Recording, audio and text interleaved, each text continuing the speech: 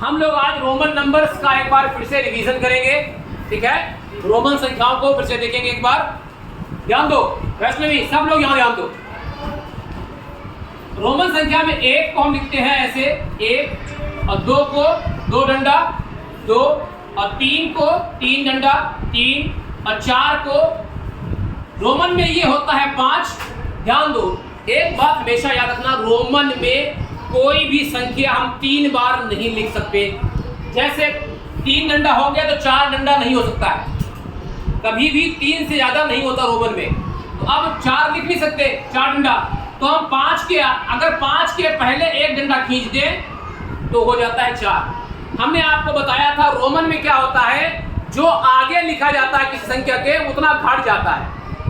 5 के आगे 1 लिखा तो 1 घट गया, 5 के आगे, बेटा इधर ध्यान दो, 5 के आगे अगर 1 लिखा तो 1 घट गया, क्या हो गया 4। 5 अब ये है 5, अब 5 जो चीज आगे लिखते हैं उतना जुड़ जाता है। अगर हम 5 के आगे 1 लिखेंगे तो हो जाएगा 6। रोमन में ये 1 होता है ना, तो 5 के आगे 1 डंडा लिखेंगे तो ये हो जाएगा 6। समझ आई? रोमन में 5 के आगे अगर 1 लिखेंगे तो हो जाएगा 6। समझ आ रही है? अब रोमन में 5 के आगे 2 डंडा तो हो गया 7, और 3 डंडा तो 8। अब हम 3 से ज्यादा खींच नहीं सकते डंडा, तो ये नहीं है कि ऐसे लिख दे 9 लिखना है तो 5 6 7 8 9, नहीं, ये गलत हो जाएगा। 3 से ज्यादा नहीं लिख सकते हैं। तो हम जानते हैं रोमन में x होता है 10, रोमन में x होता है 10। हमने अभी बताया जो चीज पहले लिखते हैं उतना घट जाता है। अगर 10 में से 1 घटा दे तो हो जाएगा 9। 10 से पहले 1 लिख दिया, हो गया 9। इतनी बात समझ आई? अब हमें 11 लिखना है, तो 10 के आगे 1 11, 10 के आगे 2 12, 10 के आगे 3 और 10 के आगे 4 14। ये 4 है। ये आपको 10 संख्या याद रखनी है, बाकी सबके आगे लिखते जाओ। नहीं समझ आया? उसके बाद अगर हम 20 तक पहुंच गए, 19 देखो 19 हो जाएगा, 10 और ये वाला 9, 10 9 19। अब 20 लिखना है तो 2 बार x 20 हो गया, 2 बार x 20 हो गया, 30 3 बार x हो गया 30। 40, अब ध्यान दो 40, क्योंकि हम रोमन संख्या में किसी को भी 3 से ज्यादा नहीं लिख सकते, तो 40 का मतलब 4x नहीं होगा। तो क्या होगा, हमें पता है L बराबर होता है रोमन में 50।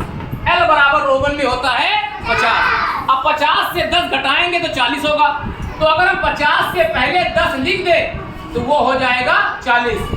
हमने आपको क्या बताया, जितना पहले लिखते हैं उतना घट जाता है, जितना पहले लिखते हैं उतना घट जाता है। तो 50 से पहले हमने 10 लिख दिया, हो गया 40। 40 हो गया। अब 50 आप जानते हो ये है 50। अब अगर आपको 51 लिखना हो तो 50 1 51 1 लिख दो। जितना लिखना है, आपको 10 तक संख्या याद है उतना लिखते जाओ। समझ आया? अब अगर 60 लिखना है तो LX 60, L2X 70, L3X 80। अब 90, क्योंकि हम जानते हैं रोमन में C बराबर होता है 100। रोमन में C बराबर 100, रोमन में C बराबर 100।